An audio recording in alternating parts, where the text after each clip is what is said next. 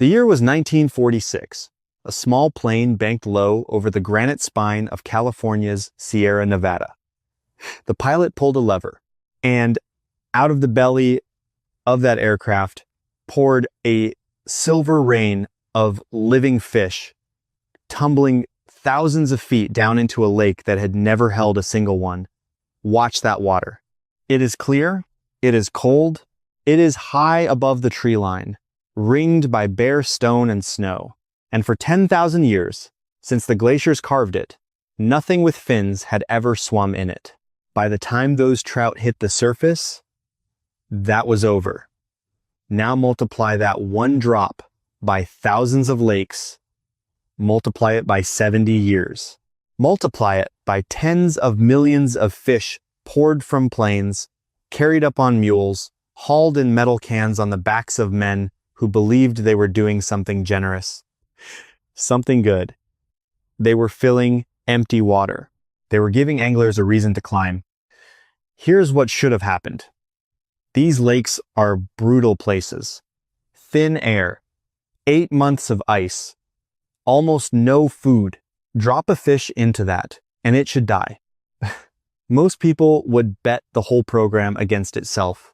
Cold, barren, lifeless water at 12,000 feet has no business growing trout. That's not what happened. The fish thrived. And while they thrived, something else, something almost invisible, began to vanish from the mountains, quietly, lake by lake, a creature that had owned that water since before the pyramids. I'm Edmund Hale, and this is the full story of how America spent 70 years filling its empty mountain lakes with fish.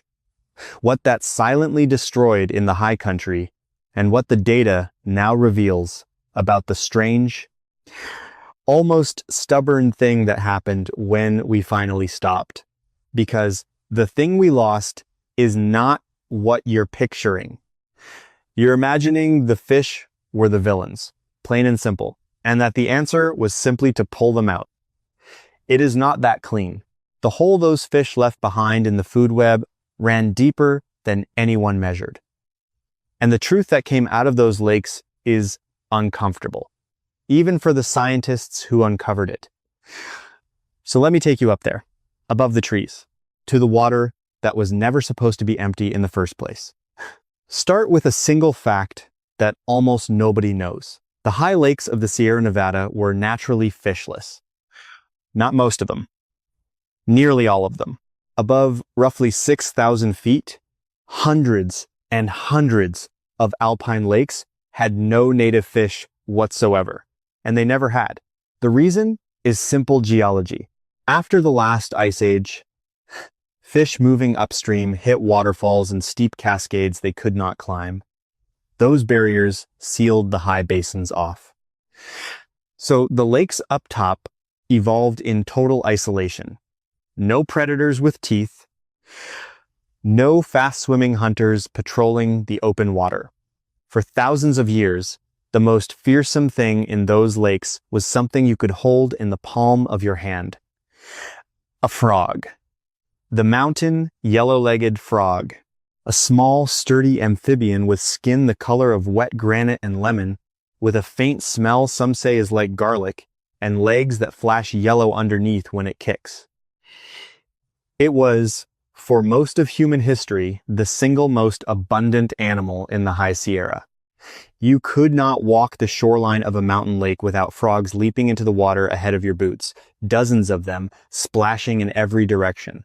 Naturalists in the early 1900s described shorelines that seemed to move, the ground itself alive with them. This frog did something almost no other frog in North America does. Its tadpoles do not hatch, grow, and leave in a single summer. They cannot. The water is too cold, the growing season too short, so these tadpoles live in the lake for 1, 2, sometimes 3 full years before they ever become frogs. They overwinter under the ice. They depend completely and absolutely on deep water that does not freeze solid to the bottom. They need exactly the kind of lake a trout would love. And there, in that one biological detail, you can already feel the disaster coming. If this kind of story pulls at you the way it pulls at me, the hidden consequences buried inside our best intentions, the slow unraveling of systems we never bothered to understand. I've gone much deeper into exactly this territory in my book. It's called Wild Return, and it's also published under the titles Rewild Deeper and Rewild. It lays out the full patterns behind stories like this one, what we keep getting wrong about wild systems, and what the recoveries we least expected are quietly trying to teach us. You'll find it linked in the description below. But first, let me take you back under that water. Because the story of what the trout actually did, lake by lake, is where this gets truly devastating. Because a tadpole that has to spend 3 years suspended in open lake water, slow and soft and unable to hide, is the perfect prey. For 10,000 years, it never needed a defense, because nothing in that lake could eat it. It evolved in a world without predators. It was, in the most literal sense, defenseless by design. And then, out of a clear blue sky, the predators arrived by airplane. Now, the stalking did not begin with planes. It began earlier, in the 1870s and 1880s, when settlers and miners and early sportsmen started carrying trout up into the mountains in buckets and coffee cans, dumping them into lakes to create fishing where there had been none. It was slow at first. Mules, horseback, tin cans sloshing up switchbacks, but the appetite grew. By the early 1900s, hatcheries were running, and crews were packing fingerling trout deep into the wilderness on the backs of animals. And then came the leap that changed everything. In 1946, California began stocking its high lakes by air. A plane could see dozens of lakes in a single afternoon.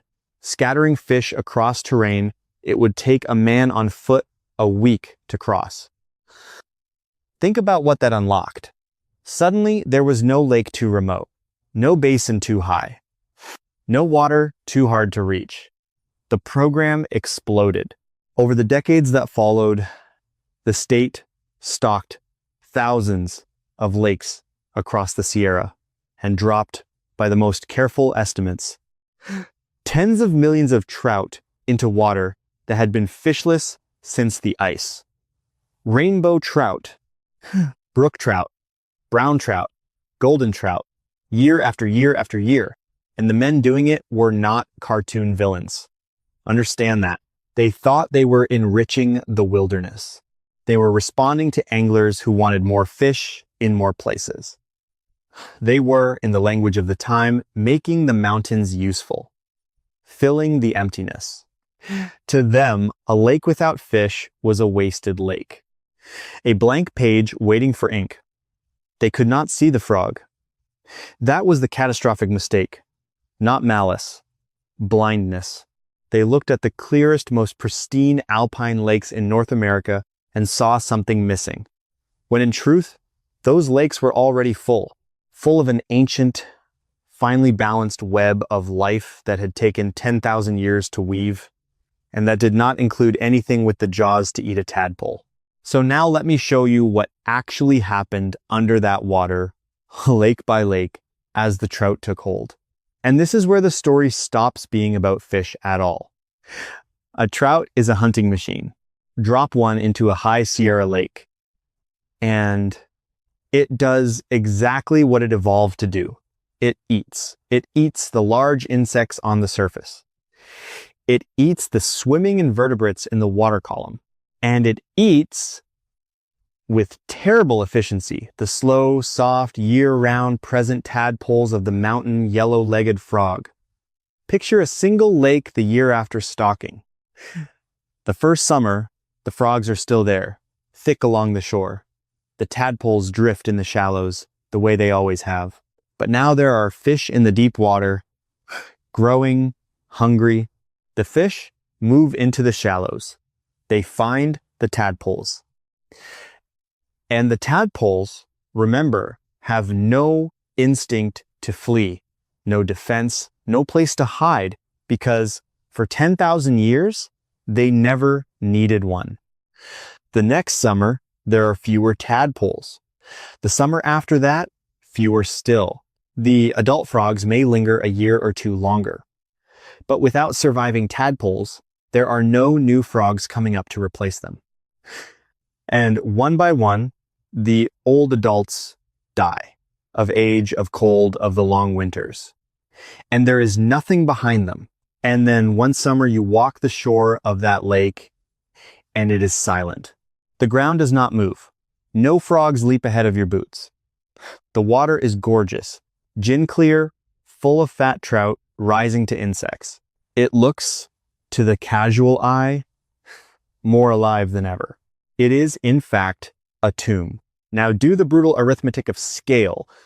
This did not happen in one lake. It happened across the entire range. As the surveys came in through the late 20th century, the picture that assembled itself was staggering. The mountain yellow-legged frog, once the most abundant vertebrate in the High Sierra, had disappeared from more than 90% of the places it once lived. In many surveys, the figure climbed higher, toward 92-93% of historical populations simply gone. A creature you used to find by the hundreds at a single lake was now, across vast stretches of the mountains, gone entirely. And the strongest single predictor of whether a frog population survived or vanished was almost insultingly simple. Fish or no fish, lakes with trout lost their frogs. Lakes that the plains had somehow missed, the few that stayed fishless kept them. The correlation was so clean it was almost unbearable. We had drawn a map of extinction in the shape of our own stalking roots. But here is where it deepens, where it stops being a simple story of one predator and one prey, and becomes the uncomfortable truth I promised you. The frog was not just a frog. It was a hub, a linchpin. Pull it out, and things you would never connect to a small, yellow-legged amphibian start to come apart. Consider the mountain garter snake. In the High Sierra, that snake's primary food was the mountain yellow-legged frog, its tadpoles and its young. Where the frogs collapsed, the snakes collapsed with them. Researchers documented garter snake populations crashing in lockstep. An entire predator quietly starved out of the high country because we removed the thing it ate. Consider the flow of energy itself. Those frogs and their multi-year tadpole armies were doing something profound in those lakes. They were taking the energy of algae and aquatic plants and insects in the water, packaging it into living frog flesh, and then hopping out onto the land where birds and snakes and mammals could eat them. They were a conveyor belt, carrying energy from the water to the shore, from the lake to the meadow.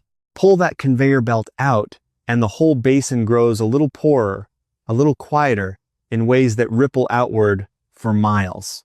And the trout, while we are at it, were not innocent of the rest. By devouring the large aquatic insects, the mayflies, and the big swimming invertebrates, the fish reshaped the entire food web of these lakes.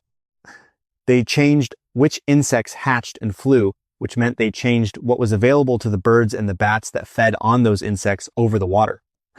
The clear, fish-rich lake that looked so vibrant was actually simplified, flattened. A rich, weird, ancient community traded for a monoculture of trout. So this was the hole they left behind. Not a frog-shaped hole, a web-shaped one. We thought we were adding life to empty water. We were quietly unstitching one of the oldest intact ecosystems on the continent, and we did it with the best of intentions, one airplane pass at a time. And then, just as the frog was teetering on the very edge, nature delivered a second blow that had nothing to do with us. Or so it seemed. Across the world, amphibians were beginning to die from a microscopic killer, a fungus. Its name is a mouthful, so people simply call it chytrid. It attacks the skin of frogs, and because frogs breathe and balance their bodies through their skin, the infection is often fatal. Chytrid has driven amphibian species to extinction across the planet, and it swept into the Sierra Nevada like a wildfire with no flame. For the mountain yellow-legged frog, already hammered down to fragments of its former range by the trout, chytrid looked like the final sentence. Here was a frog reduced to a scattered few percent of its old population, broken into tiny isolated groups, and now a lethal pandemic was burning through those last survivors. Scientists watched populations they had been monitoring for years die off in a single season. Lakes that still had frogs in June were empty by August. The very last strongholds were falling. By the early 2000s, the honest assessment among the biologists who knew these animals best was grim. The mountain yellow-legged frog was, in their words, on a trajectory toward extinction. Both species of it, the Sierra Nevada yellow-legged frog and its southern cousin, were eventually granted federal endangered status. The conversation had shifted from how do we save this frog to how do we document its disappearance? That is the low point. That is the bottom of this story. A defenseless animal, 10,000 years in the making, crushed first by our generosity and then by a global plague. If you were writing the ending, you would write that it died. Now let me tell you what actually happened. Because this is where the data did something nobody at that low point would have dared to predict. It started with a simple, almost humble idea. If fish were the strongest predictor of where frogs died, then what would happen if you took the fish back out? So that is what the researchers tried. In a small number of carefully chosen lakes, mostly within Sequoia and Kings Canyon and Yosemite in the deep wilderness, crews began removing trout, not with poison, with nets, gill nets and traps, set and checked and reset, season after season, hauling fish out of the water by hand. It is slow, grinding, unglamorous work. A team can spend years emptying a single lake of the trout that the planes filled it with in seconds. And then they watched. And they waited. Because, remember, these are not fast frogs. The tadpoles take years to mature. Recovery, if it came at all, would be measured in the patient arithmetic of an animal that does almost everything slowly. Here is the thesis of everything that follows, the single line the whole story bends toward. When the fish came out, the frogs came back faster and stronger than the science said they should. In lake after lake where trout were removed, the mountain yellow-legged frog returned. Not reintroduced. Not hand-raised and released, though that would come later in some places. In many lakes, the frogs simply came back on their own from tiny surviving remnants nearby, recolonizing the water the moment the predators were gone. Tadpoles that survived, frogs that bred, populations that, within a handful of years, climbed from almost nothing back toward the kind of abundance the old naturalists had described. In one of the most striking long-term studies, researchers tracked these recovering populations across decades. And what they found overturned the pessimism. Frogs in fish removal lakes increased several-fold. Some sites went from a literal handful of adults to hundreds. The shorelines that had gone silent began once again to move, but the trout were only half the threat. What about chytrid? What about the fungus that was supposed to finish the job? Surely a recovering frog population, freshly rebounding, would just be mowed down by the disease that was still out there in the mountains. This is the part that genuinely stunned the people studying it. the frogs began to live with chytrid. In some of these recovering populations, the fungus was still present. The frogs were still being infected. But instead of dying out, the populations persisted and grew. And in some cases, the frogs appeared to be developing a degree of resistance, surviving infections that would have killed their grandparents.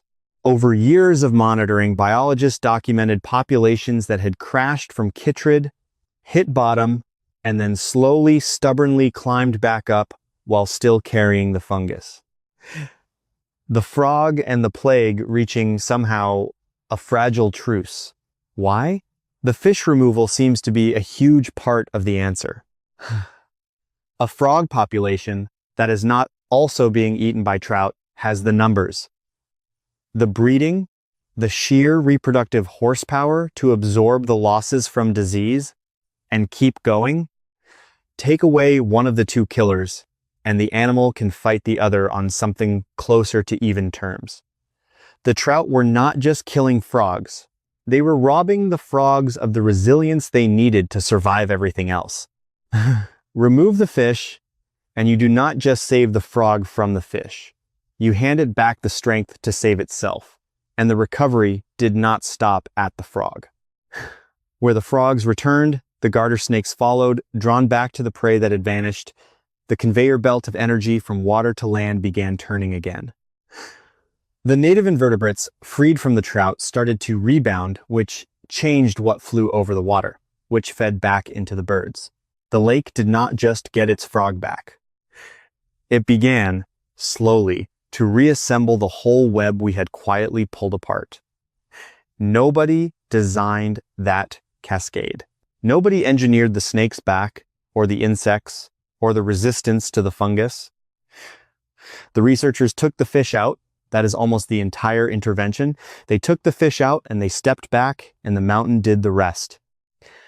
Now, I owe you the honest complications, because this is not a fairy tale and I promised you an uncomfortable truth. Removing fish is contentious. Generations of anglers grew up climbing to these lakes to fish for trout, and to them, those fisheries are precious, a tradition, a reason to love the high country. The removals happen in only a fraction of lakes, chosen carefully, leaving plenty of water stocked for fishing. This was never about emptying the Sierra of trout. It was about giving the frog a network of fishless refuges, the way the mountains used to be, while people still got their fisheries elsewhere. It is a negotiated peace, not a clean victory. And around 2000 and beyond, California itself fundamentally changed course. After environmental review and legal pressure, the state dramatically scaled back the reckless aerial stalking of wilderness lakes. The 70-year era of filling every empty lake from the sky came at last to an end. The plains stopped coming for the frogs' last waters. That single policy change, halting the relentless seeding of remote lakes, may have done as much for the frog as any net ever did. So step back now and look at the whole shape of it. For 70 years, we poured tens of millions of trout into thousands of lakes that had been fishless for 10,000 years. We did it from muleback and from airplanes with the best of intentions to fill what we wrongly believed was empty water.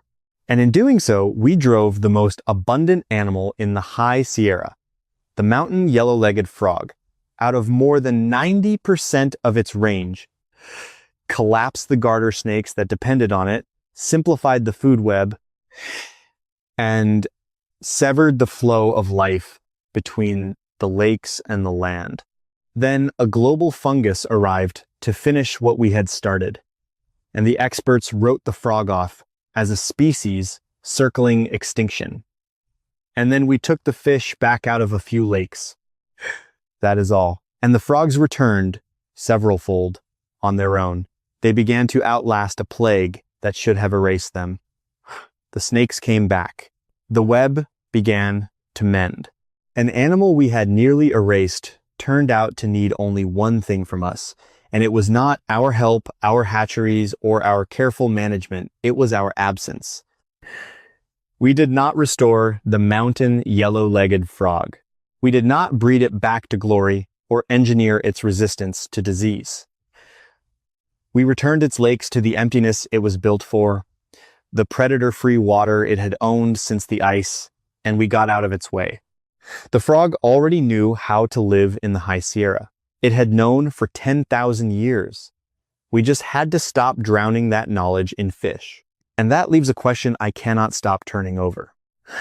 We spent 7 decades, enormous effort, and tens of millions of fish to make those mountains better. And we nearly destroyed them. Then we did almost nothing. We simply subtracted ourselves, and they began to heal. So when a single net pulled from a cold lake can bring back a creature we thought was gone, and a global plague suddenly meets its match in a frog with room to breathe again, I have to ask you, is that a wonder, or is it a warning? If you found this as remarkable as I do, let me know in the comments. I genuinely want to hear it. Do you think we should keep pulling trout out of these high lakes to save the frog, even where it means ending a fishery that families have loved for generations? Where would you draw that line? If this changed the way you think about what an empty lake really is, or about how often our help is the very thing doing the harm, share it with someone who would appreciate it. And subscribe. There are far more of these comeback stories than you would ever believe, hidden in mountains and rivers and quiet corners all over this continent. And I have got plenty more to tell you. I'm Edmund Hale. Thanks for watching. 3 title options. America spent 70 years filling empty mountain lakes with fish and silently erased its oldest frog. 70 years of helping nearly killed this frog. Then we pulled the fish out and everything changed. We dropped millions of fish into lakes that were never empty, and one tiny frog paid the price. Thumbnail concept, before and after. Split image. On the left, labeled before. A vintage-style airplane raining silver fish down into a pristine alpine lake. The water gleaming and lifeless. On the right, labeled after, a close-up of a mountain yellow-legged frog perched on a wet granite shore. Bright yellow legs visible, the lake alive behind it, with a bold caption, "We took the fish out." It came back. Word count, approximately 3,970 spoken words. Because the truth those cold, clear lakes handed back to us is simple enough for a child to grasp, and hard enough for an empire of good intentions to swallow. Sometimes the most powerful thing we can do for the wild is to stop doing, to lift our hands off the water and let an ancient animal remember what we forgot. I'm Edmund Hale. Thanks for watching, and I'll see you at the next lake.